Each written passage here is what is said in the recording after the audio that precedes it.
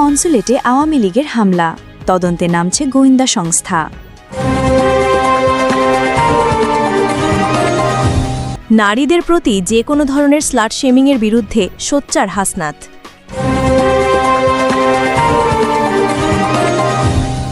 হাসনাতকে উদ্দেশ্য করে কটূক্তি, ফকিন্নির বাচ্চা বললেন রুমিন ফারহানা।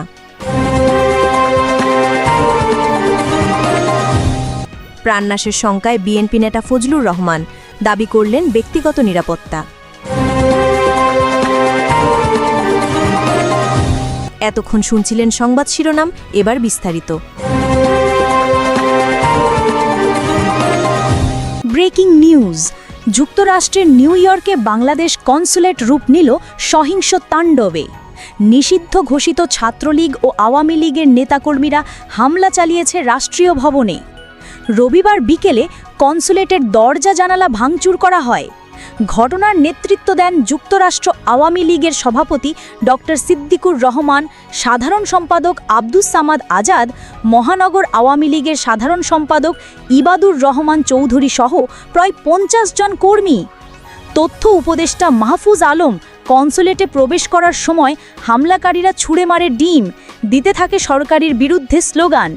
কিন্তু সেখানেই শেষ নয়, তারা ঝাঁপিয়ে পড়ে কনসুলেটের দরজা জানালার ওপর। একসময় প্রধান ফটকের কাঁচ ভেঙে যায় চুরমার হয়ে। সিকিউরিটি গার্ড ও কর্মীরা প্রাণপণ প্রতিরোধ করলেও উত্তেজিত ছাত্রলীগ ও আওয়ামী কর্মীরা আরও ভয়ঙ্কর হয়ে ওঠে। অবশেষে হস্তক্ষেপ করে নিউ ইয়র্ক সিটি পুলিশ। বিক্ষোভকারীদের ছত্রভঙ্গ করে আটক করে ২ জনকে, তবে অল্প সময়ের মধ্যেই ছেড়ে দেওয়া হয় তাদের। এই ঘটনায় আন্তর্জাতিক কূটনৈতিক মহলেও তৈরি হয়েছে ব্যাপক প্রতিক্রিয়া। কারণ ডিপ্লোম্যাটিক ভবনে হামলা এটা শুধু অপরাধ নয়, এটা আন্তর্জাতিক আইনেরও লঙ্ঘন। কনসাল জেনারেল মোহাম্মদ মোজাম্মেল হক জানালেন, ঊর্ধ্বতন কর্তৃপক্ষের সঙ্গে আলোচনা চলছে, মামলা করার বিষয়েও ভাবা হচ্ছে। আরেকটি সূত্র জানিয়েছে, ইতোমধ্যেই মার্কিন গোয়েন্দা সংস্থা তদন্ত শুরু করেছে, ভিডিও ফুটেজ সংগ্রহ করা হচ্ছে। কাদের নেতৃত্বে হামলা হলো সবকিছুই খতিয়ে দেখা হবে। তথ্য উপদেষ্টা মাহফুজ আলম মতবিনিময় সভায় বলেন, ৫ আগস্টের রক্তক্ষয়ী অভ্যুত্থানের মাধ্যমে হাসিনার পতন হয়েছে। এখন নতুন বাংলাদেশ গড়তে কাজ চলছে। জুলাই সনদই হবে গণতন্ত্রের নতুন ভিত্তি। ওয়াশিংটন থেকে আসা প্রেস মিনিস্টার গোলাম মুর্তজা বলেন, এক সময় বাংলাদেশে ছিল রাজার শাসন, ছাত্র জনতার রক্তেই সেই রাজত্বের পতন ঘটেছে। তাই আজ যদি কেউ কটূক্তি করে, ডিম ছোড়ে, এটাই স্বাভাবিক। বিশ্লেষকরা বলছেন, প্রবাসের মাটিতেও আওয়ামী লীগের সহিংস কর্মকাণ্ড স্পষ্ট প্রমাণ দিচ্ছে তারা এখন দিশেহারা। দেশে পতনের পর এবার বিদেশেও তারা ভাঙচুর, হামলা আর সন্ত্রাসের রাজনীতি চালু করতে চাইছে। কিন্তু মার্কিন প্রশাসন ও গোয়েন্দাদের তদন্ত শুরু হওয়ায় এবার আর সহজে পার পাওয়া যাবে না। প্রশ্ন এখন একটাই, রাষ্ট্রীয় কূটনৈতিক স্থাপনায় ভাঙচুর চালিয়ে আওয়ামী লীগ আসলে কী বার্তা দিতে চাইছে? এটা কি নতুন সহিংস রাজনীতির সূচনা, নাকি পতনের পর হতাশাগ্রস্ত আওয়ামী লীগের শেষ আত্মঘাতী পদক্ষেপ? এখন অপেক্ষা নিউ ইয়র্ক পুলিশের তদন্ত, মার্কিন সরকারের সিদ্ধান্ত ও বাংলাদেশের পরবর্তী পদক্ষেপের দিকে। এটাই ছিল নিউ ইয়র্ক কনসুলেটে আওয়ামী লীগের হামলার চমকপ্রদ প্রতিবেদন। Breaking news. বাংলাদেশের রাজনৈতিক অঙ্গনে এখন চলছে উত্তেজনার ঝড়। বিএনপির সহ আন্তর্জাতিক বিষয়ক সম্পাদক ব্যারিস্টার রুমিন ফারহানা এবং জাতীয় নাগরিক পার্টির মুখ্য সংগঠক হাসনাত আবদুল্লাহকে ঘিরে তৈরি হয়েছে তীব্র বাকযুদ্ধ, যা এখন ভাইরাল হয়ে সামাজিক যোগাযোগ মাধ্যমকে করেছে সরগরম। সবকিছুর শুরু রবিবার আগারগাঁওয়ের নির্বাচন ভবন থেকে। সেখানে সংসদীয় সীমানা পুনর্নির্ধারণের শুনানিতে বিএনপি ও এনসিপির কর্মীদের মধ্যে ঘটে ধাক্কাধাক্কি, হাতাহাতি আর হট্টগোল। শুনানির পর যাজকীদের মুখোমুখি হয়ে হাসনাত আবদুল্লাহ অভিযোগ তোলেন, রুমিন ফারহানা বিএনপির আওয়ামী লীগ বিষয়ক সম্পাদক। তার দাবি, বিএনপির ভেতরে অনেক নেতা আছেন যারা আসলে আওয়ামী লীগের সুবিধাভোগী। ক্ষমতার সময় সরকারি ফ্ল্যাট, নানা সুযোগ সুবিধা নিয়েছেন তারা। এই মন্তব্যে তীব্র প্রতিক্রিয়া দেখান ব্যারিস্টার রুমিন ফারহানা।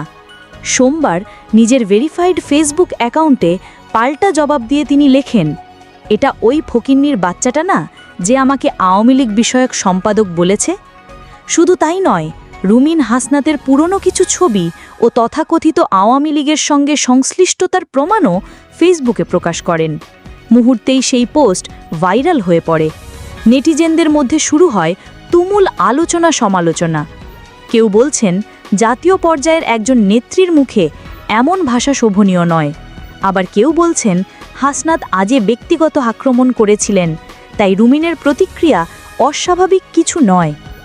বিশ্লেষকরা মনে করছেন এই প্রকাশ্য দ্বন্দ্ব শুধু দুই নেতার মধ্যে সীমাবদ্ধ নয়, বরং বিরোধী শিবিরের ঐক্য ও বিশ্বাসযোগ্যতাকেই প্রশ্নবিদ্ধ করছে। অন্যদিকে হাসনাত তার অবস্থানে অনড় থেকে আবারও বলেন, আওয়ামী লীগের সুবিধাভোগী অনেকে বিএনপির ভেতরে এখনও সক্রিয় আছেন। তারা জনগণের পালস বুঝতে ব্যর্থ হলে দেশ আবারও সংকটে পড়বে। সব মিলিয়ে রুমিন ফারহানা বনাম হাসনাত আবদুল্লার সংঘাত এখন এক ব্যক্তিগত লড়াই ছাড়িয়ে জাতীয় রাজনীতির কেন্দ্রীয় আলোচনায় পরিণত হয়েছে। সামনে ইলেকশন যত ঘনিয়ে আসছে, প্রশ্ন একটাই, বিরোধী শিবির কি ভেতরের এই সংঘাত সামলে ঐক্যবদ্ধ হতে পারবে, নাকি ভাঙনের দোলাচলে আরও দুর্বল হয়ে পড়বে? এখন সেদিকেই তাকিয়ে আছে পুরো দেশ। Breaking news. বাংলাদেশের রাজনৈতিক অঙ্গনে নতুন করে আলোড়ন তুলেছেন জাতীয় নাগরিক পার্টির মুখ্য সংগঠক দক্ষিণাঞ্চলের হাসনাত আবদুল্লাহ। তিনি খোলাখুলিভাবে ঘোষণা করেছেন, নিজে বহুবার শ্রেণীঘৃণার শিকার হলেও তিনি রুমিন ফারহানা হোক কিংবা অন্য যে কোনো নারী, সবার বিরুদ্ধে চলা স্লাট শেমিং সংস্কৃতির ঘোর বিরোধিতা করেন।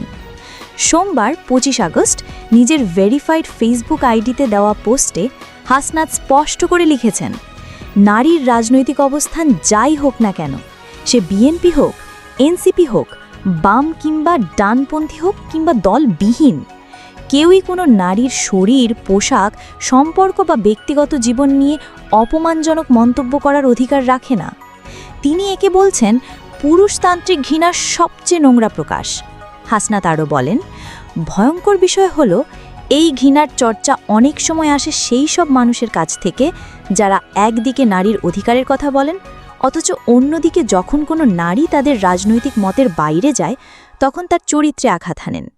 তিনি উদাহরণ টেনে বলেন, রুমিন ফারহানা, তাসনিম জারা, সামান্থা, উমামা, তাজনুভা কিংবা মানসুরা কেউই এই ঘৃণ্য ট্র্যাডিশনের মাইরে নন। এই বক্তব্য কেন গুরুত্বপূর্ণ? কারণ বাংলাদেশের রাজনীতিতে নারীরা প্রায়শই তাদের কাজের বদলে চরিত্র হননের শিকার হন।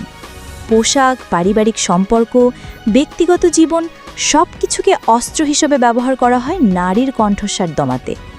কিন্তু হাসনাতের অবস্থান দেখাচ্ছে তিনি শুধু নিজের দলের রাজনীতি করছেন না, বরং নারী বিদ্বেষ মোকাবেলায়ও এক নতুন লড়াই শুরু করেছেন।